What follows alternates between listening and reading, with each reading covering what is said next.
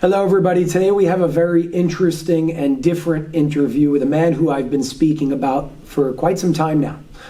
The man who wrote the Pyramid Code, the man who documented rays of light, the man who brought me into the world that I'm in today in regards to TLS, that organization otherwise known as the Light System, who we will be speaking about today. That man, my dear friend Ray, is sitting right in front of me. Ray, thank you so much for being here and allowing us to have your time. You're welcome. I'd like to first start by asking why it was so hard to get you on camera, and even with that, we had to change your voice, and you didn't want to reveal your identity. Well, I'm a very private man, and I don't like to do anything in public. Plus, the nature of my work forces me to hide my identity. When you say the nature of your work, what's interesting about you, and you can touch up on this, is you pretty much live a double life. There's one life in the public of what everybody knows you as, and there's another life having to do with an organization that you work with pretty closely, doing a lot of things behind the scenes. Can you touch up on what that's all about for anybody who doesn't know? Well, yes, it is a double life. Up to 2010, I was living a pretty normal life. And then TLS entered my life. There's someone that I met who slowly put me through the process. And once you deal with TLS, everything is basically very secretive. You cannot identify yourself, or anybody else from the organization, or anybody else except the people in the organization.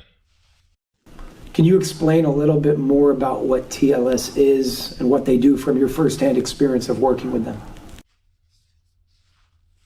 TLS is an organization that has been in existence now for many years, thousands of years, and it's right now there are about 7,000 members worldwide. There are chapters, offices, if you want to call them. They refer to it as chapter instead of offices in basically major cities around the world. There's a manager for every city, and there are managers on top of the managers. They do work that is physical and spiritual at the same time. Some members are doing the spiritual work.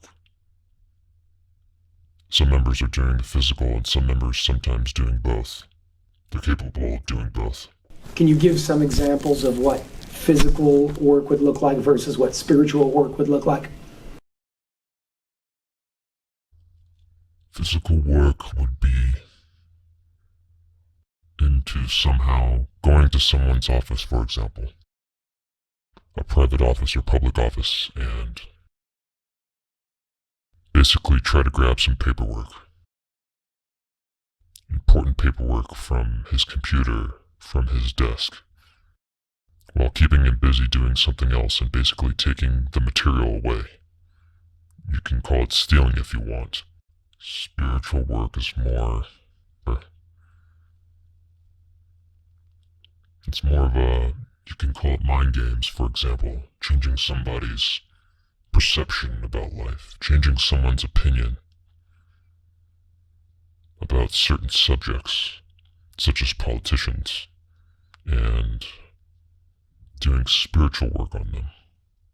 In most cases, they don't know what you're doing to them, and it all depends on the nature of the mission that you have at any given time. So this could be done in the middle of New York City. It could be done in the mountains in Utah. It could be done anywhere, depending on the mission. You have short missions, long missions. What side of the organization would you consider yourself? More on the physical side, more on the spiritual side, or both? I am more spiritual. I'm still spiritual, although sometimes I'll do physical work. But usually it's with other people. Are there any examples you can give of the spiritual side of the work that you've done in the past? No, I can't talk about that. Overall, if you could sort of summarize the intention of TLS as a whole in terms of everything that they do, physical, spiritual, all the operations, what are they aiming for? What's their purpose? It's a good question. I ask myself the same question over and over again, because sometimes I don't even understand the mission that I'm about to do. Sometimes I don't understand what is the target. They're not always telling me. Sometimes I just go do something, as I'm told, and I get out. Not always do I know what is the purpose, but overall, they are looking to fix things around the universe. It's about helping humanity, helping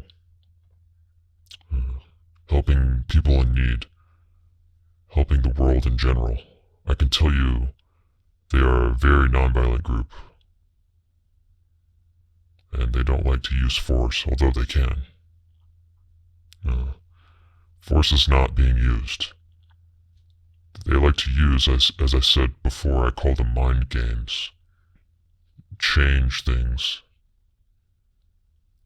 As long as you're allowed. You're not always allowed to change things on your own. Change things through the human spirit, the human mind, and so forth.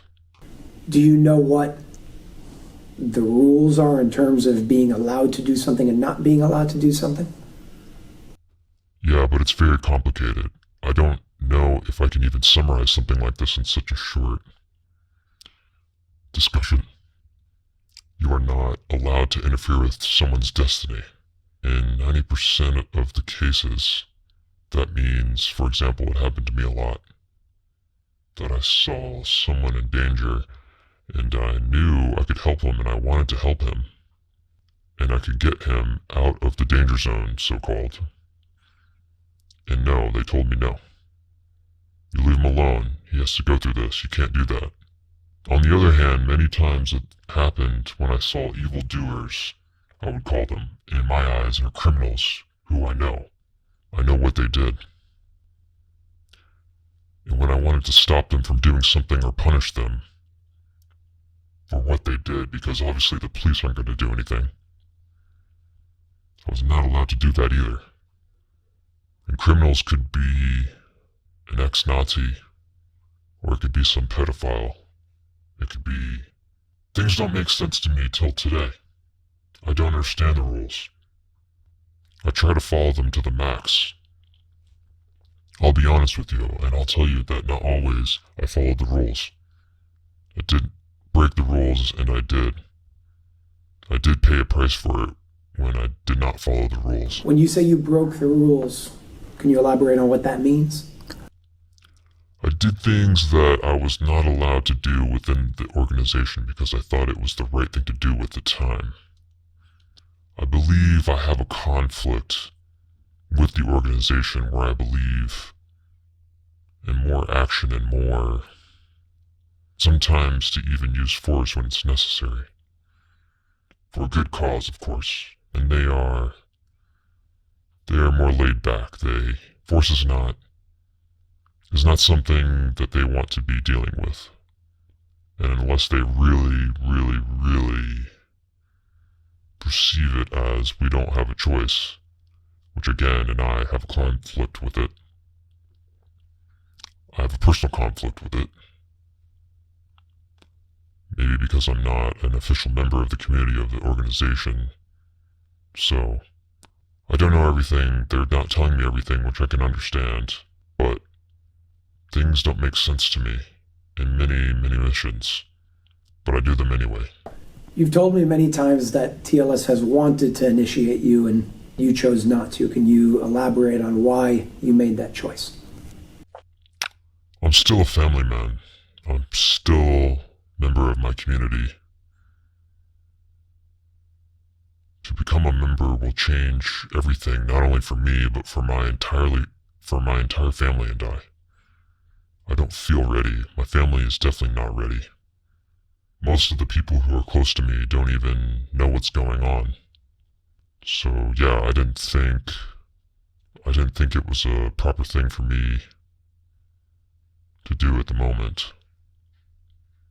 especially where I had so many disagreements and conflicts between my way of doing things and their way of doing things.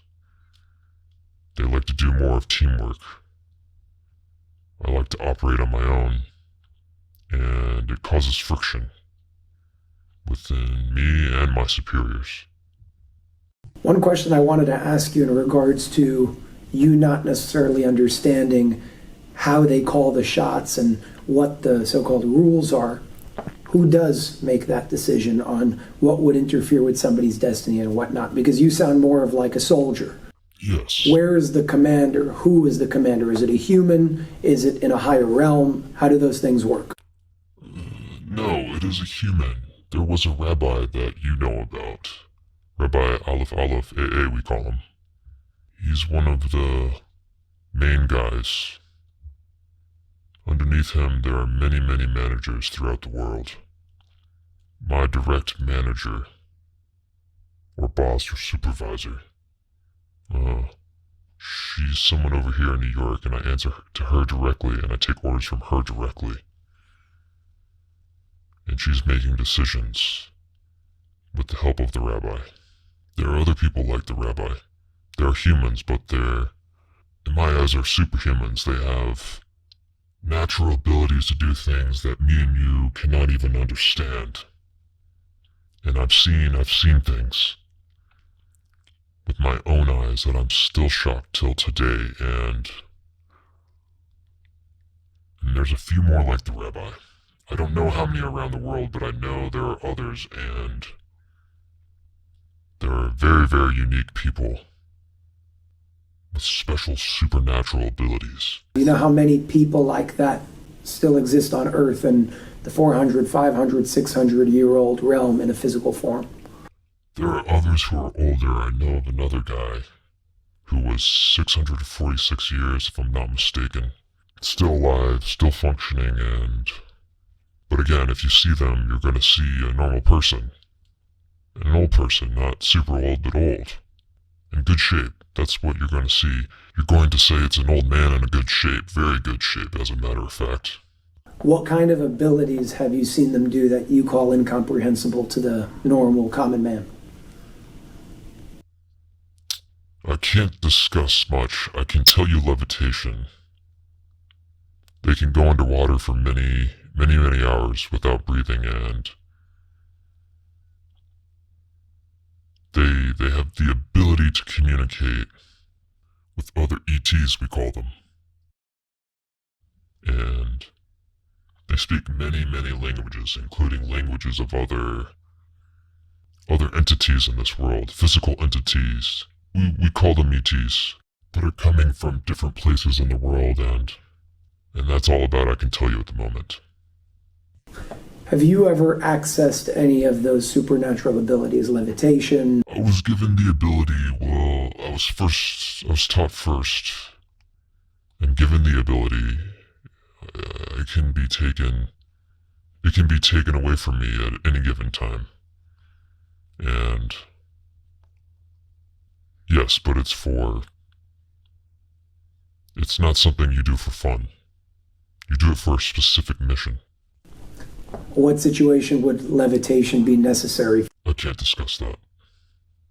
But have you used it in an operation in the past? Yes. When it comes to extraterrestrial life that you brought up, I know a lot of people are looking forward to some form of disclosure. And many times there's this idea of false hope. Recently the government said there's going to be big disclosure. Nothing really happened. Have you ever had personal experiences with physical extraterrestrial beings? Yes. Can you elaborate on what that means, what your experience was like? What would you like to know? Be more specific. Let's start with TLS. Does TLS and extraterrestrial beings work together? And if so, in what way? Yes, they do. Our people will go to their continent, if you want to call it that. Planet. Some of them call it continent. I don't know why, but they use the word continent rather than planet. It doesn't make a difference. The meaning is the same, and the people will come here on Earth and become part of society here through training, of course. What would be the purpose of that so-called assimilation?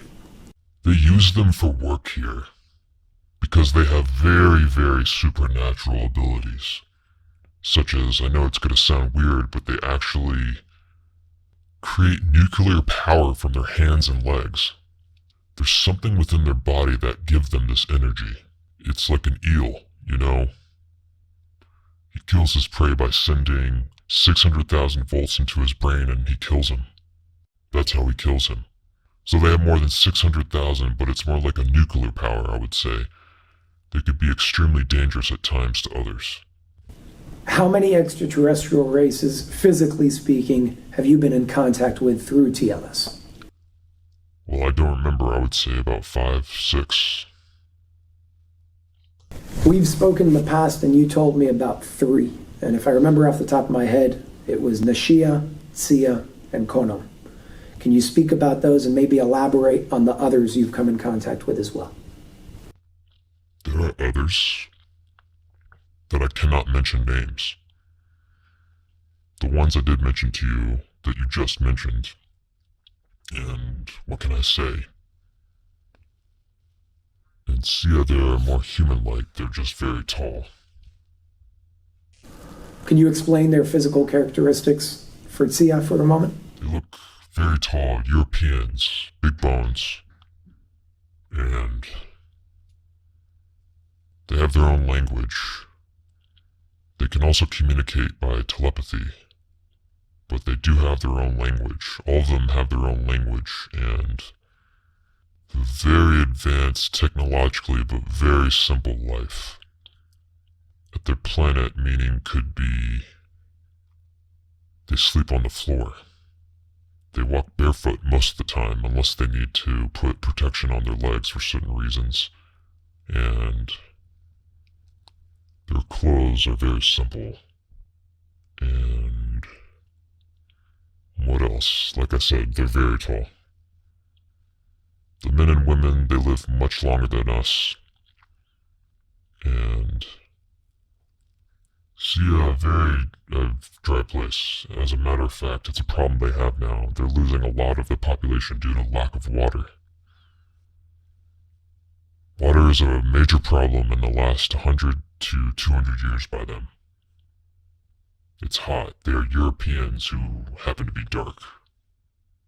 That means they look like they have a tan all the time and blonde hair. Light color eyes, blue, green, stuff like that. And the men are hairy, the women are not. And Do they all look alike for the most part, or is there diversity? they look like a family. They all look very similar, European in nature. Are there any other races that live on their planet with them?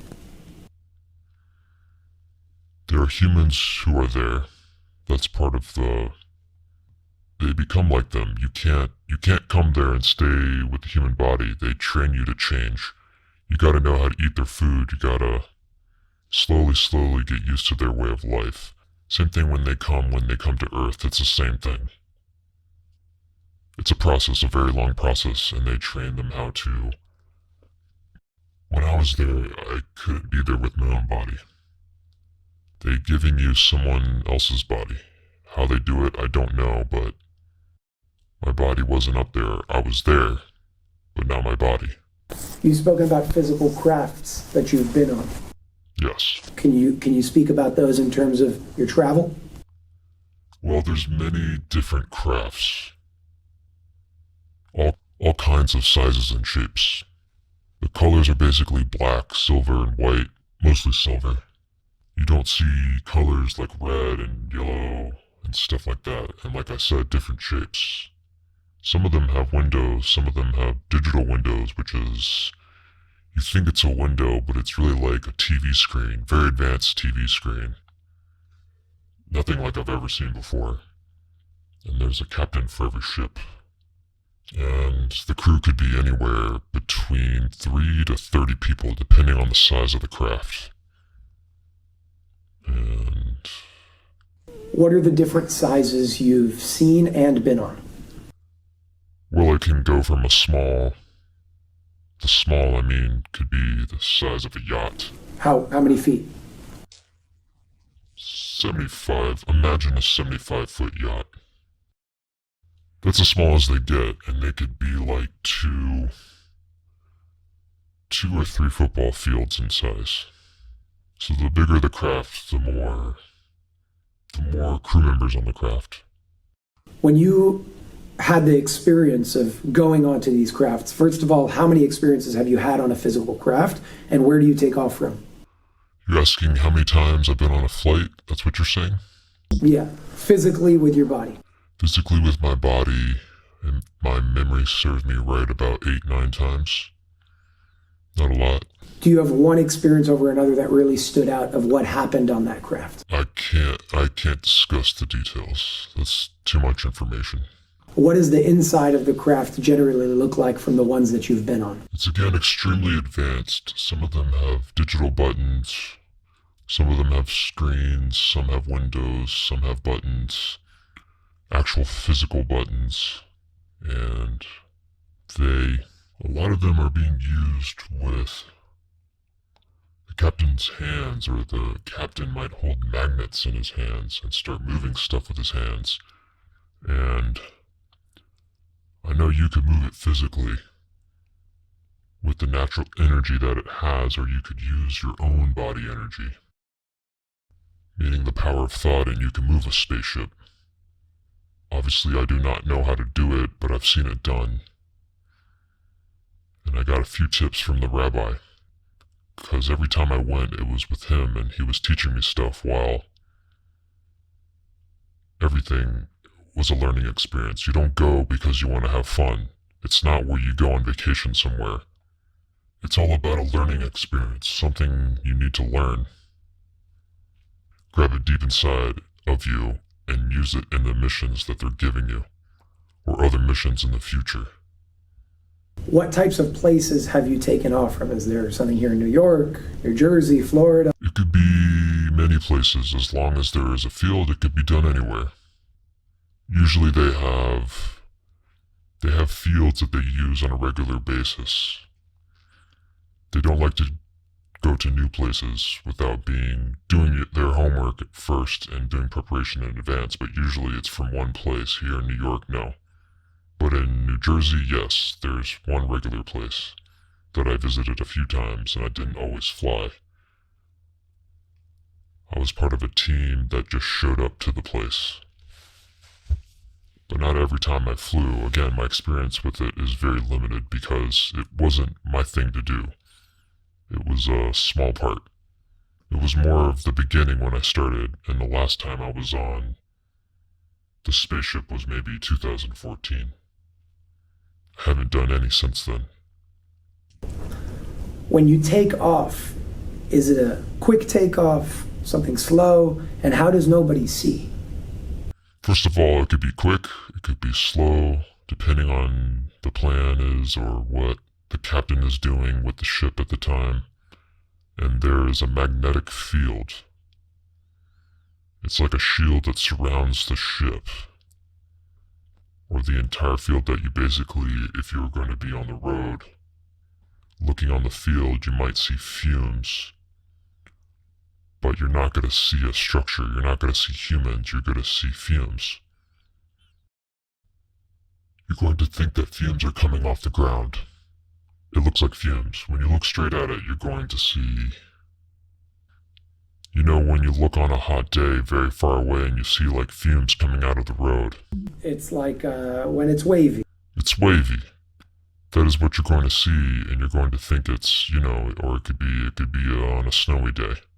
You're going to see the same fumes. That's what it looks like for a regular person that comes from outside. Usually it's not that exposed. And if somebody ends up being there, usually the security, that will stop him somehow from going further. And it did happen that security not always could get every angle of the field and people went through. But in most cases they don't see it, and if they see, nobody believes them anyway. Are these fields privately owned, or are they public land? In most cases, it's public land. Does the government have any idea that this is going on? All governments know what's going on. They don't know about the details that I'm talking about, but they know. And there is communication. There's talk among the people. But yeah, the big politicians, the important politicians, they know what's going on.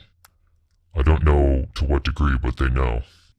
Would you say that those big politicians or individuals in the government on a wide level know about, let's say, the existence of TLS as an organization, what they do and how they do it? I don't know if they're aware of the name TLS, but they know there are certain organizations that work in this type of field, yes. And for example, the rabbi, I was a witness to a meeting he had. He didn't come as the rabbi, but he had an actual meeting in Washington with the president at the time. I just don't want to mention the year, but he had meetings. How does he change his ID, his identity, and he meets the president? He can meet people in NASA.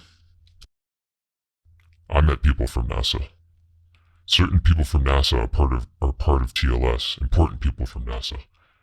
One of them is even mentioned in the book Rays of Light, which is not published yet. There's a whole conversation with him, the operations, work that has done with him that I happen to do with him personally. So yeah, they could be in Hollywood, they could be in NASA, they could be in government. I don't know everybody. I met with whoever I met, so I know, but they're all over the place. When it comes to NASA, for a second, there are a lot of people that have very controversial opinions because they believe that NASA is on the dark side and lying to us about many things. One thing being the shape of Earth. And there's a whole movement going around right now of this idea of flat Earth. Now, being that you have actually been out of Earth's atmosphere with crafts, have you had the opportunity to actually look out of a window and experience the shape itself? And if so, what did you see? Well, first of all, about NASA. NASA is a government agency, so my advice to everyone, don't trust any government agency, including NASA. And I had the privilege of working with someone within NASA. Within NASA that happens to be very famous, I'm not going to give his name, very famous, and a great individual who happens to work on the TLS side. But to tell you that NASA is an agency you could trust, no. I'm sure they're corrupt like every other governmental agencies. I don't trust any of them. I would never trust any of them. And what was the second question? I'm sorry. In terms of the actual shape of Earth, when we had the so-called moon landing, a lot of people say, well, no, it was all fake. It was a Hollywood production. That might be so. I have no idea. But when it comes to the actual shape of Earth, what was your experience if you had the privilege and opportunity of looking out the window on your way out? No, this is the one thing NASA is not lying about. It's not flat. I don't like to use the word conspiracy theories, but it's nonsense. It's not flat and it's not fake. And although many other things within government are, but we're not going to get into it now.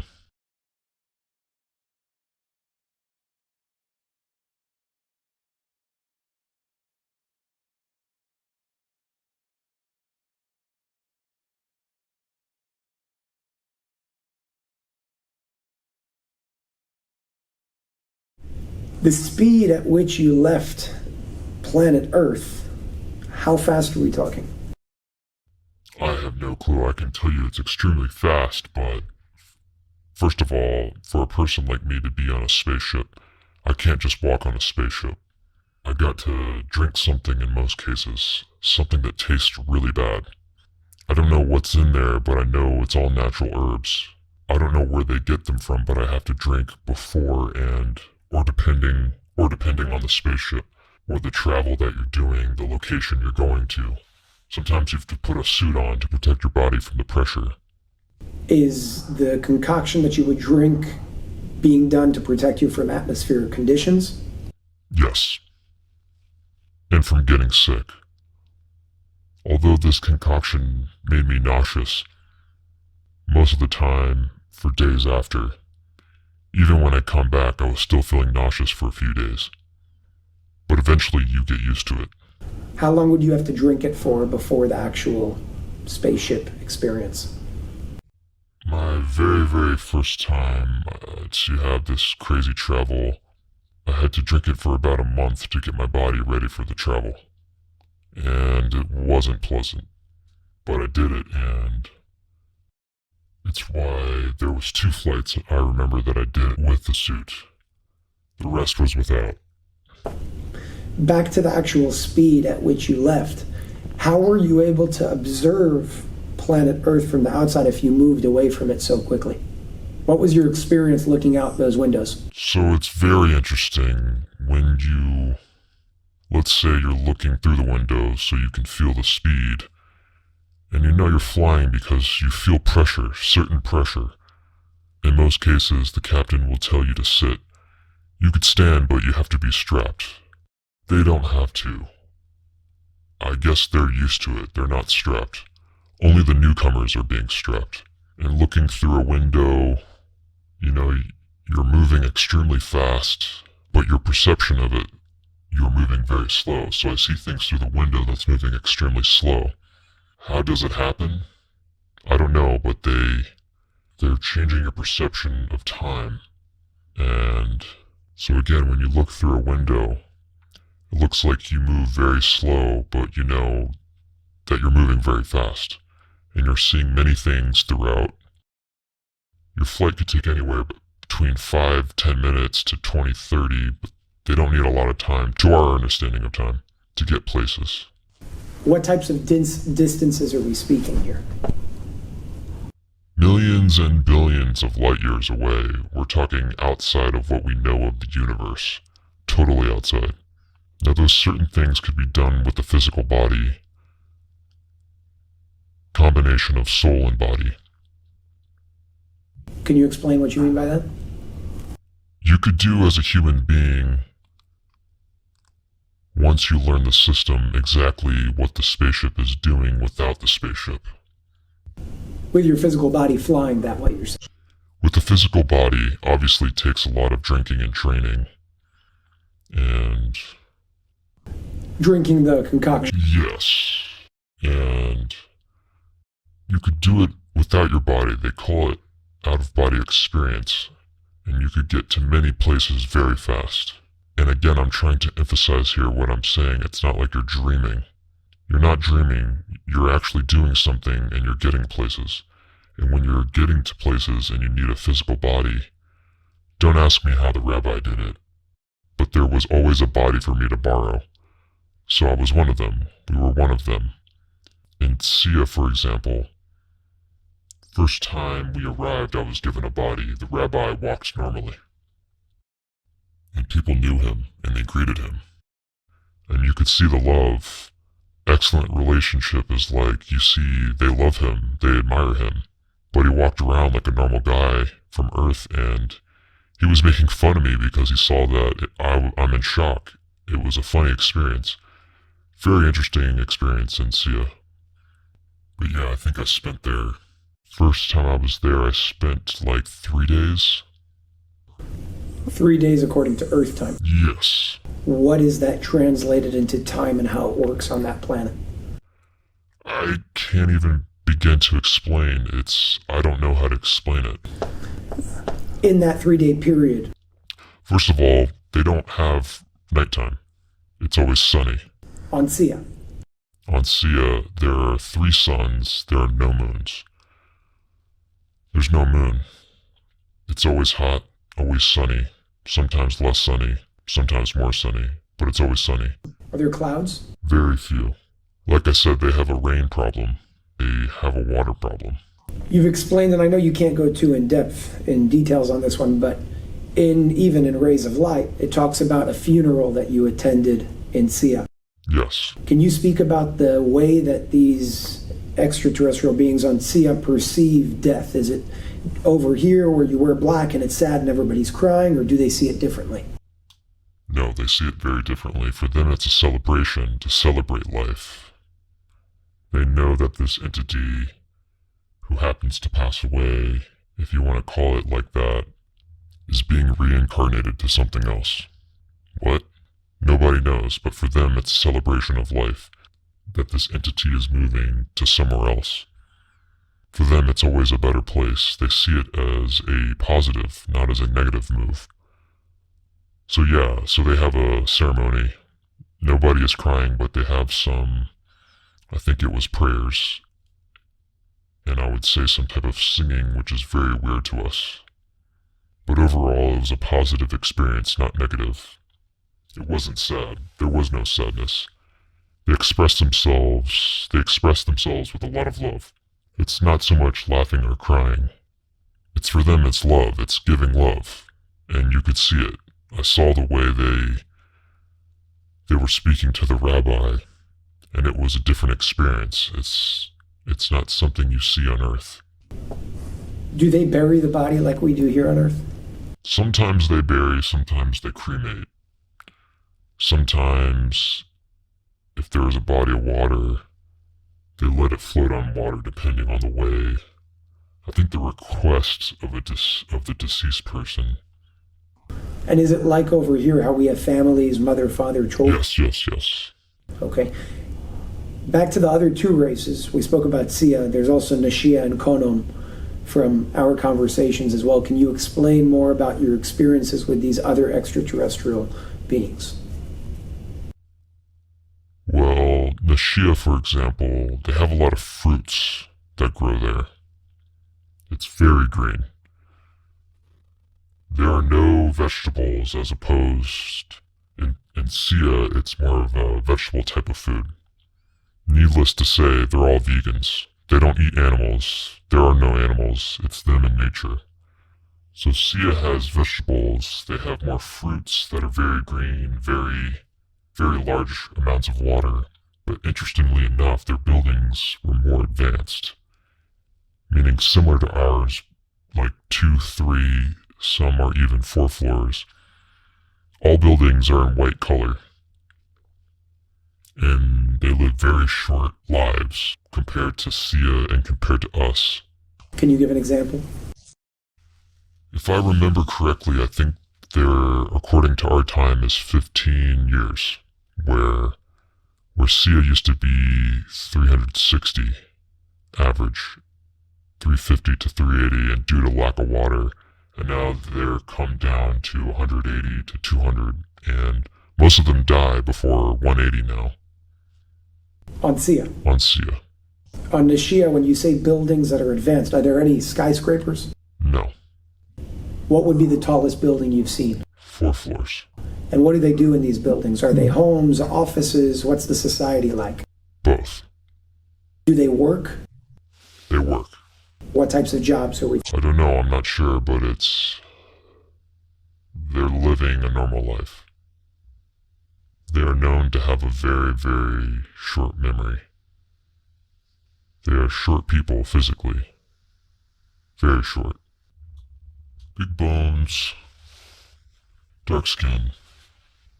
They have no nose. They have 2 holes so they look like humans. But far from being human. They, unlike Sia, where it's like, actually humans to me, yeah, they look like humans, but I cannot define them as humans. And Konam is a totally different world. It's like, I don't even know how to explain it even. First of all, my experience with an entity from Konam was in New York. And he was with his original body and face. What did he look like? This small curled up dolphin. He was very scared, I guess. He just arrived. I was in a specific hotel under a mission. I showed up. Other people were there. My boss was there. And I got close out of curiosity. And for some reason, I wanted to touch him, I guess. Not to harm him, of course, but when I got close to him and I put my hand, he perceived it as me trying to harm him or attack him. So he attacked me. He almost killed me. How? He shocked the hell out of me. Radiation. I don't know what was that, but it was like a bomb exploded within my body. I was knocked out and they had to work on me in emergency. They injected me with something directly into my heart. Like stabbed me into it. Everything was done very fast. I was like almost gone. And an hour later, I was picked up by my wife and another friend, a TLS friend. And I was taken to, basically my shirt was bloody from the needle, I guess. And obviously my wife was scared, but I told her everything was okay. I was very weak. And yeah, but by the next morning I was fine. Lots of pain, but I was fine. So I guess they gave me something to help me. I guess he radiated me. That would be the right word. I don't know till today. But he was like a nuclear generator within his body. I happened to learn about him already because we got closer within the years. We got closer. We worked together. I spent time with him. I saw his transformation. Today he's a regular human. You're going to see him. He has a human name, and he talks. He talks English with an English accent, and it's interesting. He went through the process. He eats our food, and they taught him everything. He dresses with a suit. He looks like a gentleman from England. That's what he looks like today. When you say he changed his form, are we talking like the idea of shape-shifting? No, not in this case. They don't do shape-shifting, not him anyway. How does he transform his body? I don't know. It's a process that they do. I was not in the training when they do it to him, but first of all, he has to learn how to eat. And then there's something, I don't know, it's not in my field. But no, he's not a shapeshifter. No, not in this case. Can you speak about your experiences of the holographic forms that they go through? Complicated question. Again, I cannot tell you the process because I was not in the process. Just people I know, entities I know. And within time, suddenly I see how they change their form, and I meet them the next time, and suddenly you see a human that is transparent. You understand what I mean by transparent? You could see through. Yeah, but you see a human. Can you put your hand through the human? Yes, which is weird. But they talk to you. They talk to you in English. They will even drink. How does the water stay in their body? I have no clue. I don't know. But I know the first time I saw it, I was like, wow, I was scared. It's scary. The first time you see those things, even though I was in a big group of people and the rabbi was there, it was like a nice happening that happened to the organization. And when I said there were two of them and I saw them, I was like, you go into shock because you say, well, maybe you're on something, and I don't drink, I don't touch anything. I'm very clean all my life. And suddenly you see these people, and yeah, but when you get to know them, you don't pay attention anymore. And eventually they become human-like, like body and bones and skin and whatever. Once they finish the process of that so-called transparent holographic form and become the physical dense form, once again, the new body, so-called. Number one, are they taking over a body, or are they changing the form of their own body? I'm not sure, but I think they're changing the form of their own body. But it's the process that takes time. How long? About a year. Understood. And once they go through that year process, are they able to change instantaneously? Yes, they can change into a holographic being. They can change to the original form because a lot of the times they go back to their life, their families, back on their planet or on their continents. So when they go back with the original body. They don't go as humans. So what would be the difference between that longer form of, I guess we can call it shape-shifting based on them taking on a new form over a period of time versus instantaneous shape-shifting? What's the difference between the two processes? Shape-shifting is different. Shape-shifting is done within seconds, less than a second. Have you seen that done before? Yes. Can you explain what you've seen? I don't do that. I'm not capable of doing it. Yeah, I know one person who does it in the organization. Again, first time I saw it, I got extremely scared. It was very scary. You don't understand what's going on. But yeah, a human can shapeshift to another human, another animal, depending on what is the purpose of the mission. And first time it was done to me, it was done in a private setting. in a hotel room and just to show me what's happening is like to teach me, like, don't be scared. This is what's being done. So it was part of showing me the process. But still, even though you understand they're telling you what's going on, when it happens, the first time you're like almost collapsing from fear. It's very scary to see the change because it's like a second or two. Are these human beings that are able to shift their form? In this specific case, I'm talking about this specific person, yes. Are there entities, ETs, who can do that? I don't know. I'm sure they can. If humans can do it, I'm sure they can do it. They're much more advanced than us. The instantaneous form that you're speaking of? Yes. But not shape-shifting. It's not something everybody can do. It's not something I can sit and teach you how to do. You have to be born with the certain traits, certain qualities to be able to do that. For example, the rabbi could have done anything he wanted. Cannot do shapeshifting. But the person I'm talking about, she could. And when it comes to the holographic transformation, can anybody do that, or do you have to be born with something? The only holographic I saw, it was on ETs, so it cannot tell you about humans. I don't know. It was ETs who became holographic, who became humans later. But I don't know. I don't know the answer to that. When it comes to extraterrestrial life, there's been, and there still is, a lot of thoughts in regards to these beings as evil, here to hurt us, here to kill us. They bring up the idea of reptilians and a lot of other races that they call them like fallen angels, part of the devil, evil. Have you ever experienced, other than that threatening experience with the individual from Konon because he perceived you as a threat, have you ever been afraid and had a reason to be afraid when you were in contact with these extraterrestrials in an evil way? There's no such a thing. This is all nonsense. Stories that you hear on TV or whatever. There's no such thing. There is no evil. They are not evil. They don't know what evil is. I would even describe them as being extremely naive.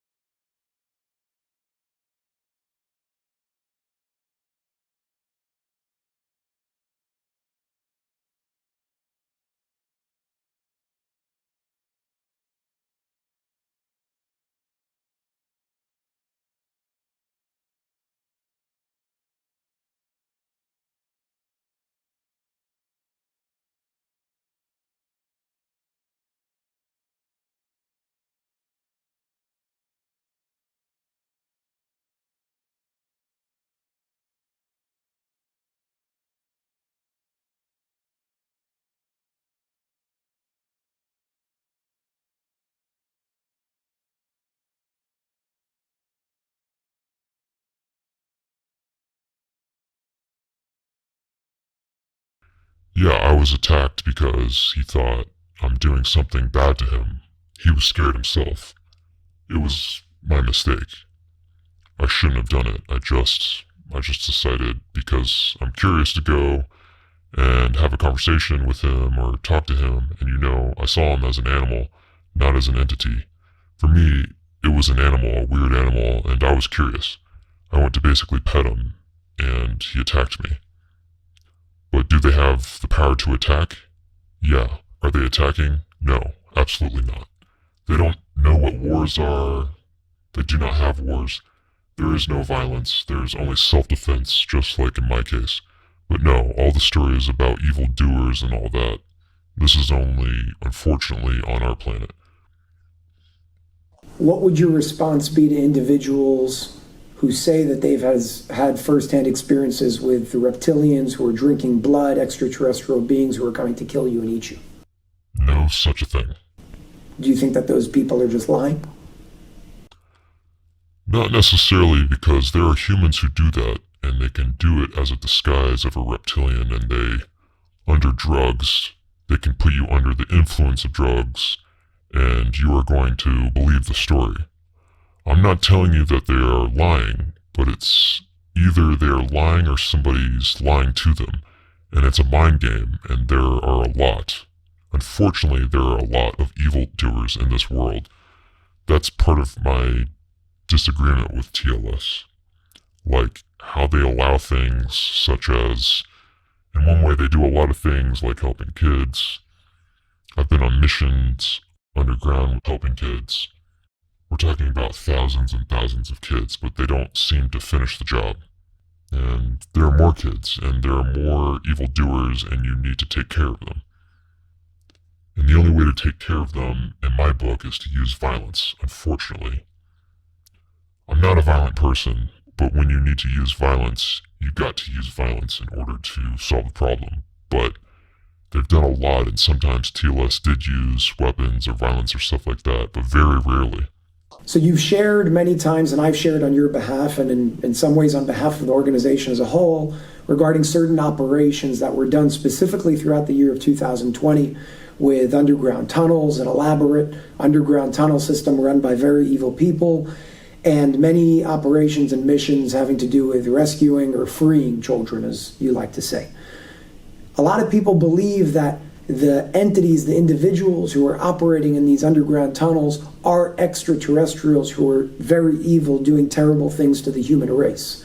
Now, you've been there many times, or you've been there a few times. Can you explain your experience down there, what it looks like, and if you've seen extraterrestrials or beings of other form down there at any point? There are no ETs down there. This is, again, stories from the media, maybe. No, doesn't exist. It's unfortunately humans, evil humans, who are doing a lot of evil things. The children are only part of the issue. And yes, some were killed on our side. On their side. And thank God it was more on their side than our side. But yeah, some of my friends got killed on the missions. It was extremely dangerous. Those tunnels are protected with crazy technology by those evildoers. And you have to go with special shoes and special equipment. We did succeed in removing many children. I'm not going to tell you the numbers. I'm talking a huge number. And it was done all over the world. I was more involved in the New York section of the job, but it was down in Australia, all over. Those tunnels are all over the world for many years. Governments know about it. Governments know who the evildoers are. The evildoers are basically the people running the show. We do not have governments. This is all puppets, and I'm hoping that something good will happen soon, and somebody will be able to come and get rid of those people for good. And we can live in a new democracy, because right now there is no democracy. We are all sort of slaves in the system that we don't even understand. And children are being hurt. Money is being stolen from very naive people, such as myself and you. Also, it's like they're basically running every part of our world. If it's the media, if it's the army, if anything you can think of. And I'm hoping that something soon will happen. And when Corona started, I was hopeful, and I saw as an opportunity for someone to rise up. We need a good, strong leader that knows how to play the game. And and again, in my opinion, you got to deal. You answer fire with fire, not with flowers. And I'm hoping this leader will come soon, because we lost democracy a long time ago. It's not now. Democracy is gone. Slavery is very much in. People think slavery was abolished. No, it wasn't abolished.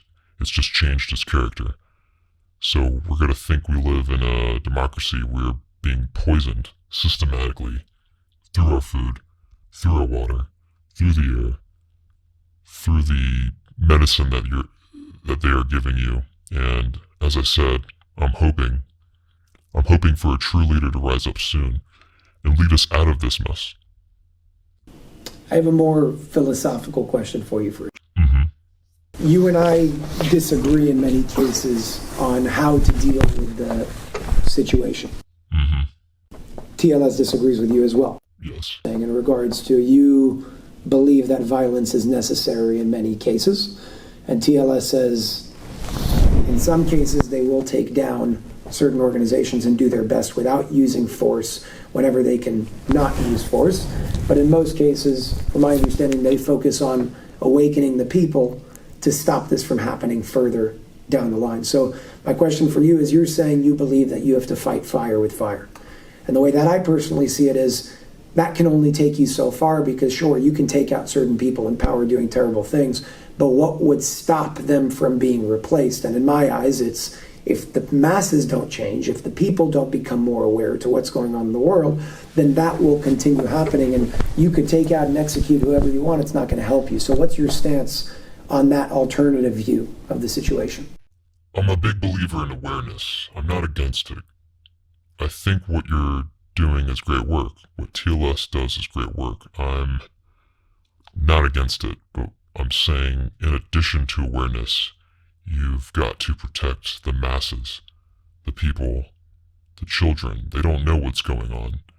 And in order to do it, sometimes, I'm not saying, you've got to do certain type of violence.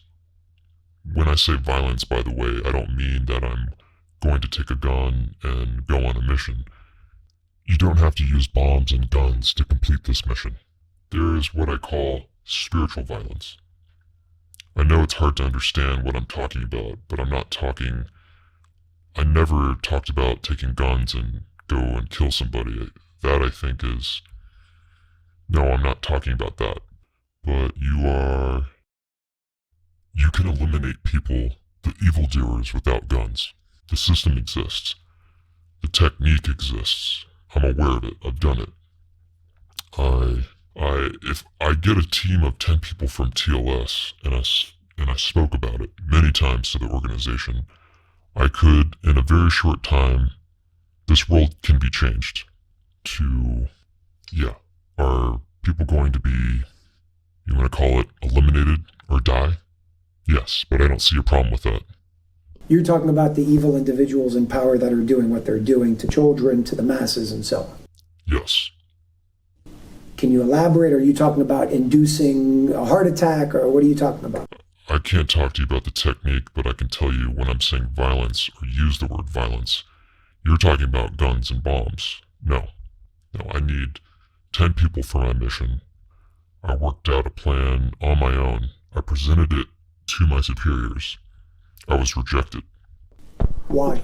I don't know. I don't get it. I don't know. That's part of my problem with the organization I'm having, especially with the past 2 years. What's happening around the world, and I see all the misery and the evil that's going on, and nobody does anything. Yeah, they did some missions that took some kids out, a lot of kids out, and they did change things in the world, in certain places of the world, not in every place. But they have their opinion of, there is a process that needs to take place. We cannot interfere, but sometimes they do interfere. That's what I don't get. Either you don't interfere at all, or you interfere all the time. You can't. But I don't understand the system of decision making right now. I don't get it. I never did. And I've been doing this for 11 years now. Do you believe it has anything to do with not infringing on the free will of people? Probably. And it makes sense, but the evildoers are doing the exact same thing. So how do you want to win if you're not going to strike back? That's what I'm trying to say.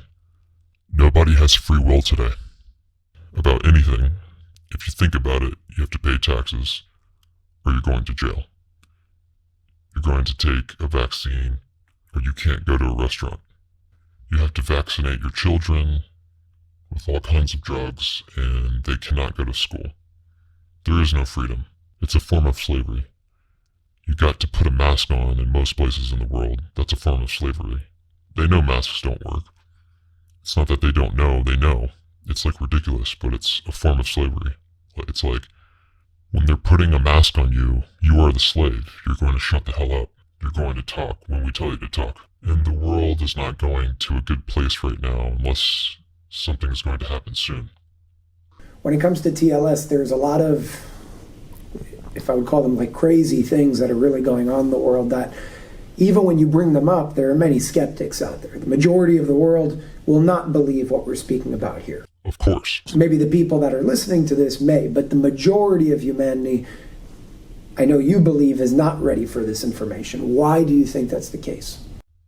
Because they cannot comprehend this material. First of all, 99.9% are non-believers, unless you're going to give them an actual proof. And even if you give them a proof, they will say, there's a trick here, there's some magic. So yeah, I was totally non-believer when it started. When I started with this, I didn't even understand what the hell is going on. I didn't believe in any of those things, but the world is not ready.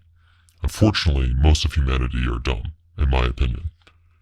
But I think it will change. I'm pretty sure it will change. The knowledge, the information I have and I've received, I think I talked to you about it before, is from now, we have about 170 years left, max, for this nirvana to come. It could be faster. I'm not a guy with a lot of patience. I don't want to wait 170 years.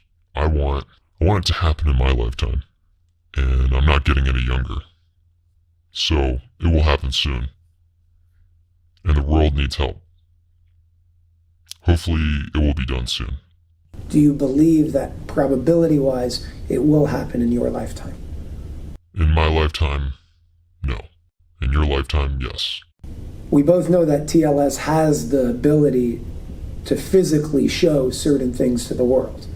Extraterrestrial beings, the ability to shapeshift, levitation, and many other things. Free energy, incredible technology. Why are they not putting that out right now? This is not a magic show. Come, I'll show you what I can do so you can believe me. I think the day will come that a leader, such as the rabbi, will rise up. He will show himself. He will show his abilities. I don't know how, but he will show. And this particular person can become a leader and take over. And look, I do believe in one world, one government, for the right reasons. I think we will have one world, one king or one prime minister, one president. Call it whatever you want. There will be no more army. You don't need an army. There will be no wars. There will be no borders. Everybody will be as one. You might need a police force to control domestic troubles, but the economy is going to shift to a better place. There will be transparency, and once you have transparency, everything will be at a much better place, including our own economy. Will it happen? I'm sure it will. Through my experience with TLS, yeah, I'm sure it will happen. Will it happen before 170 years? I'd like to believe so. Right now, a lot of people, when they hear one world government, they think about New World Order, the Illuminati, the Cabal, all these very evil things. How does what you just said differ from what they're trying to do? They want to do it in order to control the masses, to make you a slave, take over your belongings, take over your money, and get rid of banking. Changing the economy and basically make you into a slave so they can be in power. I'm not talking about a world like this. I'm talking about a world that everybody is one. Everybody has the same rights. Everybody could be rich or not rich. It's up to him. It's his decision. Free choice. Anybody can decide if he wants to take the vaccine or not vaccine. Everybody can decide what religion he wants to follow, if religion will even exist. I think religion will be abolished eventually. In order for my type of world to happen, religion has to be dismantled. And it will be. It would be maybe one religion. Call it love, call it whatever you want, but it'll be one. So be one world, one government, one king, one prime minister, whatever you want to call it. And yeah, all you need is a small police force for just domestic problems. That's it.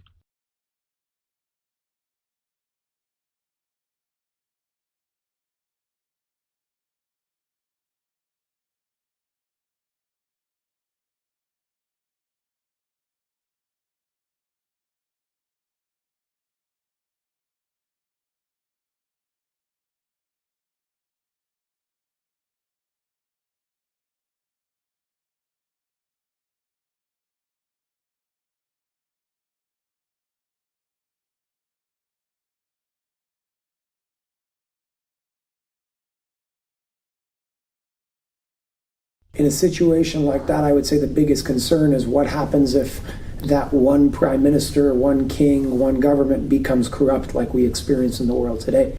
This is why you have a democracy. You're not appointing him for life. There is a government in place, that government of the people, for the people, the way it was intended to be, not like what's happening today. You understand? Today, everybody does whatever he wants to do. Nobody cares about the small person. The average citizen is suffering. He's being robbed blind. They don't even know it. So in other words, this can only really happen when we collectively raise our awareness to one of more unity, caring, and loving for others as well. Sure, absolutely. And it will happen. Is this how the extraterrestrial planets live their life, those beings? Is this how they live their life on the planets you've been to? Absolutely. Can you explain a little bit what that, do they don't have an army? Do they have a police force? Do they have a government? There's no army, there's no wars, cannot be wars. Even though there are different planets that can travel from one to another. Are there troubles there? Like I told you, in Sia, they have water issues, so they have a problem of surviving right now. So they have their own technique to get water. How long it's going to last? I don't know, but it's definitely an issue. But wars? No. There's no such a thing as wars. They don't know what wars are. All of them are very calm. They're living, I would say, almost stress-free. They're all vegans. There is no such thing as animals to eat. They don't exist.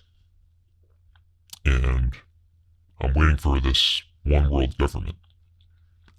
Yes, but the way I described it, not the way they're planning to do it today. When do you believe humanity here on Earth will be able or be willing to receive the information that you're sharing here with us with open arms? Unfortunately, I think that something tragic needs to happen in this world. It might be a war. I don't know what. And that will bring a lot of bloodshed. And I think only then, after a heavy body count, people will start opening their eyes. And at the same time, I'm hoping for this leader to show up and start taking over. And it could be done. It will be done. I know it will be done. I just don't know when, and I don't have the patience to wait. I want to do everything today I could. I want to do it next week if I can, and I know it can be done. It is a fight. It's not going to be pleasant. But it will be better than what we are experiencing today. When do you feel that full disclosure will occur with not just extraterrestrial life, but also with everything that you just spoke about on the collective level? When will it happen? You want me to give you a timeline? I know you can't say for sure. Do you think that there will be a massive change in 1 year, 5 years, 10 years, 30 years? Unfortunately, I don't think it's going to happen in my lifetime. Although I know it can be done. I'm sure it can be done, but nobody likes my way of doing things. So I can't do it on my own. I need a team to deal with it. So the way we're going today, I think we're going to have to go through a hard process. We're already in it.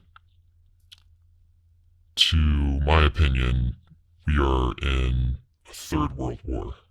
Nobody's paying attention even. We are at war. People are going to die. People are going to get sick. but I don't think that in the next few years will be Nirvana. No. Nirvana will take more time, unfortunately. Although, again, somebody can wake up tomorrow and say, okay, let's do it. It could be done in a very, very short time. This world could be in a totally different place within 30 days. Totally different place.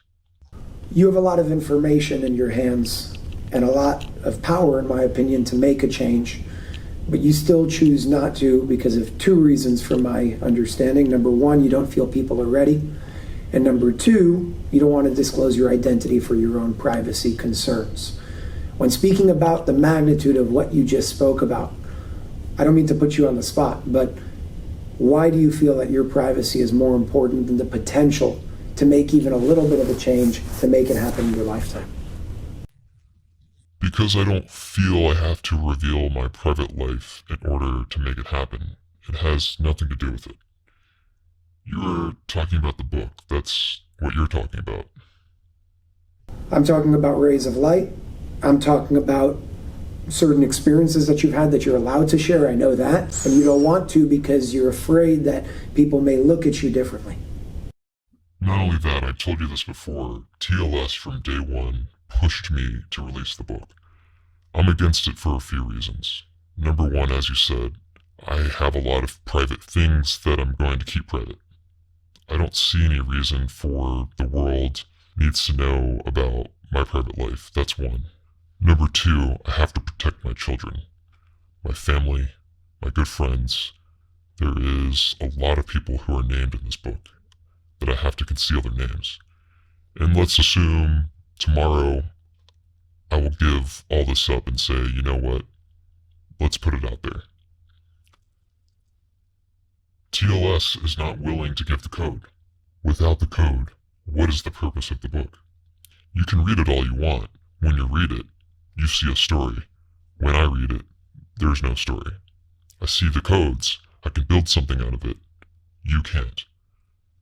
So why give the people something that they cannot really comprehend fully? Yeah, I'm sure they would love the book, every person. And there's not too many of them. Every person that's had the privilege of reading this book, it was an experience. They all said, without knowing the code, they said, it was an unbelievable experience. It's a learning experience. It's a life experience. Everybody, okay, enjoyed it. And everybody learned something from it. But once you have the code, which is a very simple code, but you need to be taught the code, you're going to read it differently. Your understanding will be different. Major world secrets will come out to you, and something like, if you have no idea what's going on, suddenly you see, wow, I see it differently now. So again, my problem with TLS, you're pushing me to release the book. Okay, let's assume I'm agreeing. Okay, maybe we could do a compromise and I hide the names like I did it with you not too long ago, so I'll hide the names, okay? But the real essence of this book is the code, and they are not willing to release it. They're not saying never, they're saying not now. So when you're ready, then we will release it. Why release it now and give the code in 10 years? It just doesn't make sense. Well, 20 or 100 years, I don't know what they're planning to do. Now, forget rays of light. There's other materials there that you are not aware of, that I know about them. Great information. That can go very well with rays of light. There is a specific book that will be ready to come out very soon. I wrote it myself. There's a part of it. It's in my writings. Information I had to put in. I was asked to work with a group of people.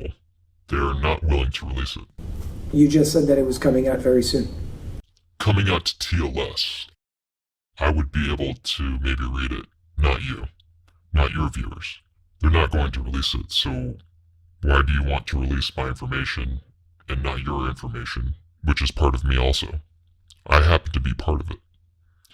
Again, there are so many secrets. I have no clue. I don't know.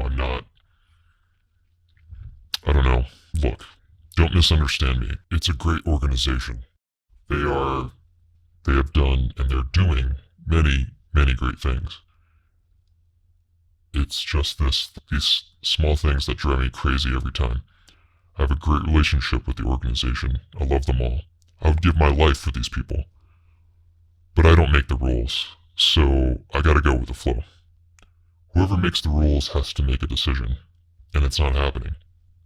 Has it ever occurred to you that maybe there's a disclosure process in order to not hurt people or not give too much too soon to create chaos? And maybe they're saying, put out the book in its entirety, and something that you as Ray cannot necessarily foresee will come to fruition. In other words, have you learned to trust the system and work with it, or are you not there yet? It's not that I don't trust the system. I can't say that because I've seen what they're capable of doing. It's just, I don't think enough is being done. They have the power to do more. They are a very unique organization with a lot of power, with people with a lot of power. They can do things in every level in this world, in this universe, but they choose not to. The main reason that I'm always being told, you cannot interfere with the process of destiny. Maybe the codes at this point would interfere with the process of destiny. Have you thought about that? For sure, but it will change the world. But you're changing the world inorganically. No, I'm just giving you the secrets that only a few know. And there are more secrets that I don't know that they can give you also. So why not bring it to a better world? Because you just said that if you reveal certain secrets at the wrong time, it could be infringing on somebody's free will.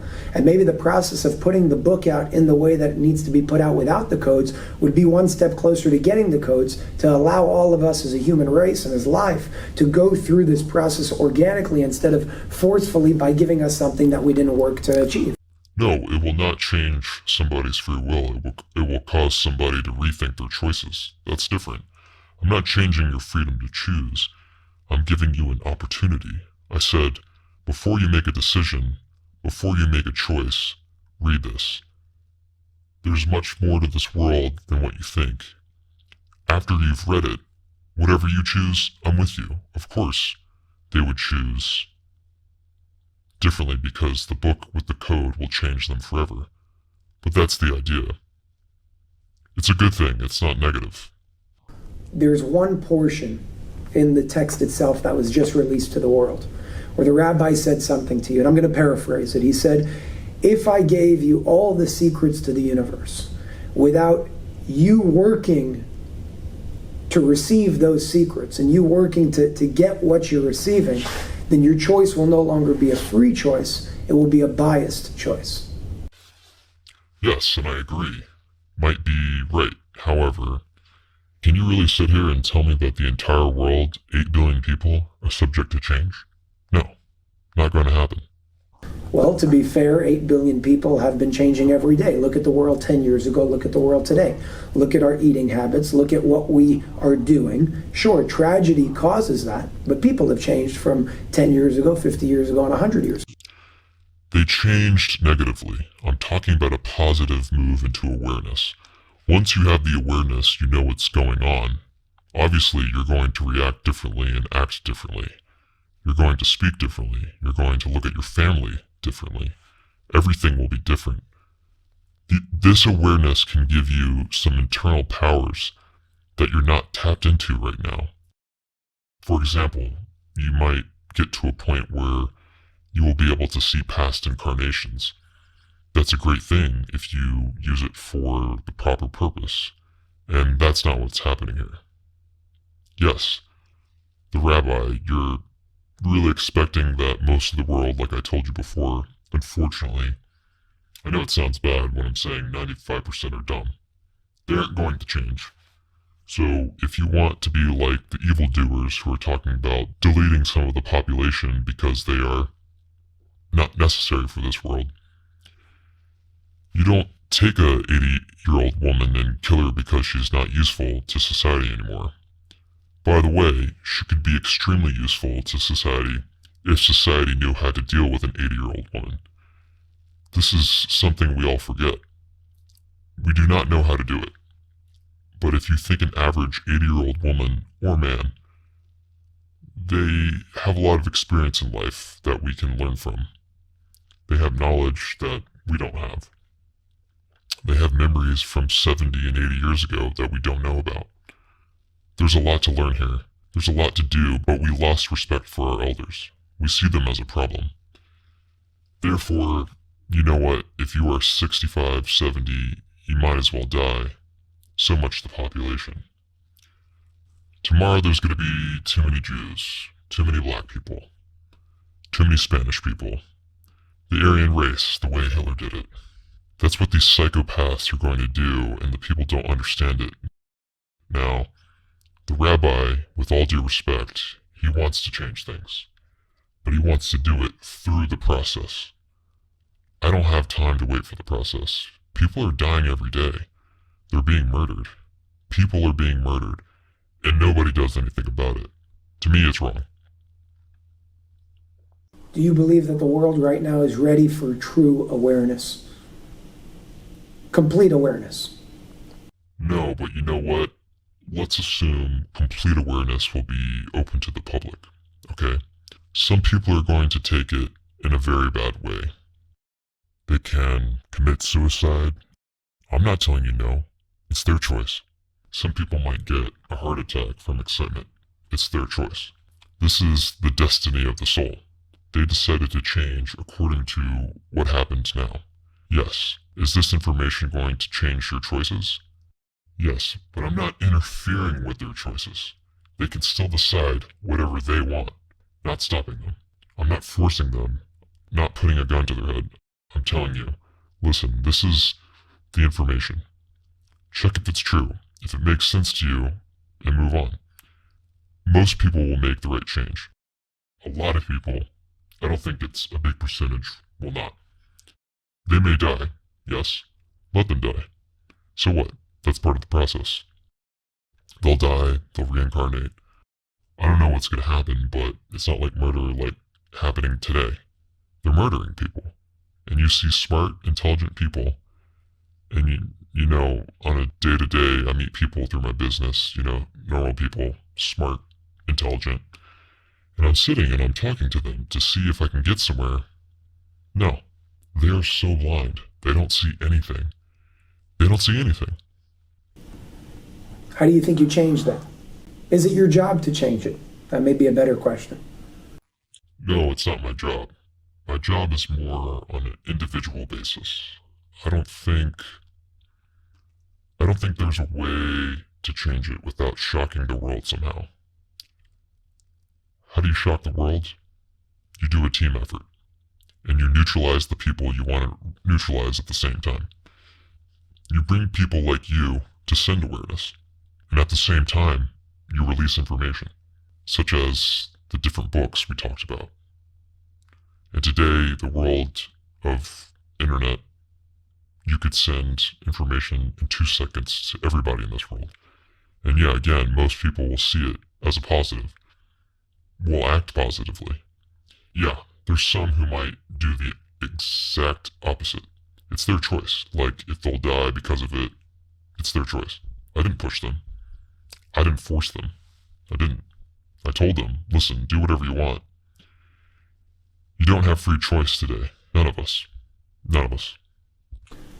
My last question for you is, at this point, I mean, you've seen a lot throughout, especially the past 11 years and in your life as a whole.